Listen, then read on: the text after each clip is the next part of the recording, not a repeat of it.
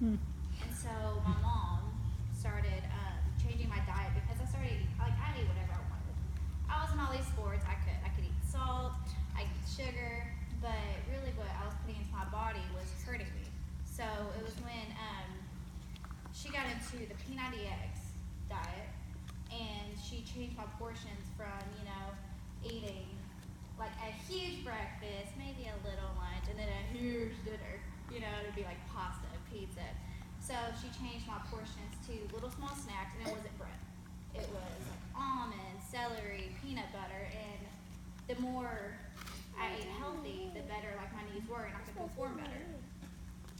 And in high school, I didn't have my own workout. Like, it was what the coach said. It was, you're gonna run this much, and then you're gonna lift this much, and you're gonna be happy about it. So I stayed fit that way. Well, when it came time for college, I was moving off. I was gonna be an adult, and I was gonna be without my mama. But going off without her controlling me, like, on that list, I had a few problems. Like, I was there for 2 months, and I was there with Jacob. We both went to UT together, and I was too scared to drive by myself in Denton. And, it's a big city, and it's not used to it, so I'm not driving, like, across the highway to, like, McAllister to get something a little healthy. No, he was bringing home Taco Bell, and I was going to be happy about it because, hey, I was eating that night. And so, all of that coming in, like, I went from eating little snacks that were healthy and good for my body to back to the Taco Bell and the junk. And on top of that, I actually had to start studying, so I started getting like acne out of stress, and I wasn't even working out anymore because no one was telling me, hey, you're gonna do this and you're gonna do it right now. So that was probably the worst time of my life, and it's every time I come home, my mom would be like, oh my gosh, you're angry, what is going on? So of course I got angry at her because she said that I was angry, so that wasn't working. So that was when Jake stepped in, and he's a kinesiology major, and he also self-educates himself with like YouTube and other bodybuilder stuff. So he taught me that since I'm a girl, I can't have the huge carb load that normal athletes could have. And I'm not an athlete anymore, so I shouldn't be consuming that much. And women have also more fat on them than men, so you can't eat what they eat. And so that was when he taught me that, hey, instead of having this huge thing of carbs, we're going to change that to protein and greens. And he taught me that when you're looking at a label, you're going to see that you have this much protein, you have this much fat, and you have this much fiber. And actually your body cannot metabolize fiber, and that's why it doesn't count against you. What counts against you is all that red meat, and that's why the Mediterranean diet, that's why it works, because there's no red meat. It's like rarely used, and it's all pasta, like without the sauce, and it's vegetables or fish. So when you look at the little label, you're gonna take your carbs and proteins, you times it by 4, and then you take your fats and you times that by 9. Okay, so that again? You take your carbs and your proteins, and you times it by 4.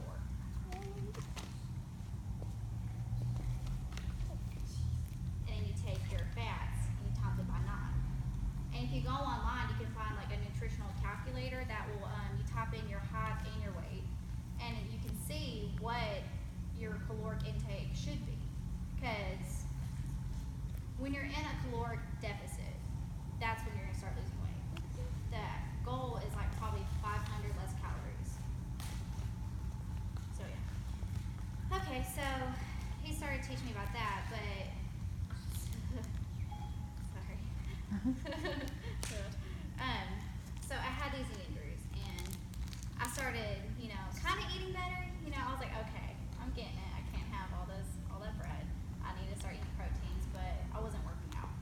And with all that stress, you don't have any way to like get it out. You're gonna keep stressing. So when we go to the gym, I can only do my upper body because I had such bad knee problems. Like I couldn't even walk upstairs.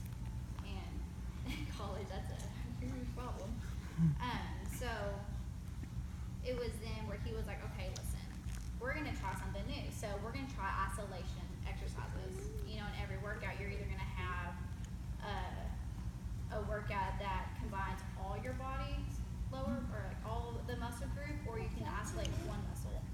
So when we did this little test, it turns out that on my affected knee, I could only lift 2.5 pounds. But then on my my affected knee, I could only lift 2.5 pounds, and then on my unaffected knee, I could lift 20 pounds by itself. Like all throughout high school, it turns out like when I would squat, I would lean to one side and put all of the weight on one side. So I'm like, okay, I can't do this. Like, I'm injured, obviously. Like, I do not need to be doing this. And so that was when I learned how you use workouts in a therapeutic way. So if you are hurt, you can find exercises that can strengthen the joints around the certain muscle or bone, and you can continue your workout.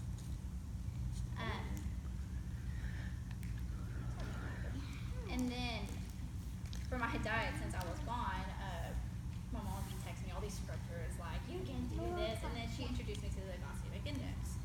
And the glycemic index is a numerical index that ranks carbohydrates based on their rate of glycemic response. And normally this is for like diabetics who are in a state where they cannot have their blood sugar out of a certain range. So if you're not a diabetic, you can use this to your advantage. And the main goal is to minimize insulin-related problems by identifying and avoiding foods that have the greatest effect on your blood sugar. So, like for professional athletes, when they exert so much energy, their coach is going to tell them, hey, I need you to drink this Gatorade. And like the Gatorade would be on the glycemic index to boost their blood sugar. And it's kind of like when you're working out, if you ever have a trainer, they're going to be like, hey, I need you drinking Gatorade instead of water. Because when you're working out, you are exhibiting so much electrolytes that you're going to feel tired and you're going to feel kind of down because it's like you just did this huge workout and you're dead. So you can't go on with your day. But if you utilize the proper foods, you're going to be able to get through it. And after you work out, you need to eat carbs, like not white carbs, like white bread, white pasta. You need to eat wheat and like sweet potatoes. Yeah. You need to eat your carbs after you work out because that's where your energy comes from.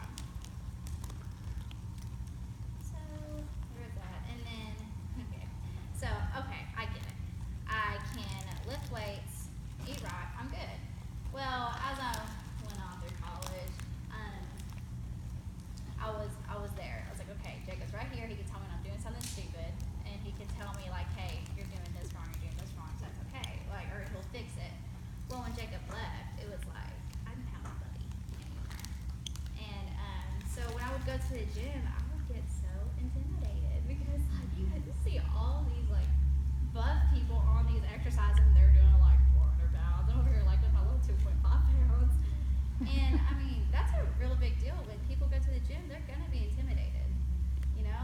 And so I was doing my own research. I was trying to educate myself. And when I went on bodybuilding.com, that's like my workout Bible, I found a trainer and she said that if you're feeling intimidated, start with the machines first. Like, they have instructions on there, and once you get to a comfortable weight, you can move up. But when you're on a machine, just make sure that if you have it at 70 pounds and you go to a weight rack, you're going to need to do less because the machine's actually helping you. So don't make the same mistake I did. I didn't know that. That really is bad. So I had it to where I fixed my knee. I can now walk upstairs. Fix my diet. I know that you look at the label and you find your caloric intake, and then you just you work out. But when you're at the gym, you also need to look at your form. That's a huge thing.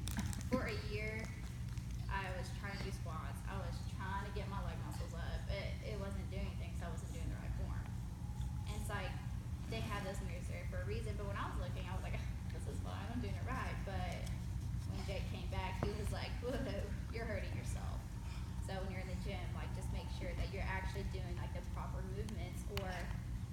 hurt yourself or you're just doing it for nothing. Because you can either help your body or you're going to hurt it. And then you go to the gym, you're lifting weights, and you're like, okay, all right, I'm gaining muscle, but there's some problem areas. Turns out you actually have to do cardio too. I didn't realize that either because I hate it. I hate running, like I do. But the more research I did, it turns out you don't have to run like an insane amount of miles because honestly that's not going to get you anywhere because you start burning more energy rather than sugar or fat. So when you're running, if you can't talk while you're running unless you're actually training for something, then you're burning your energy, not your fat.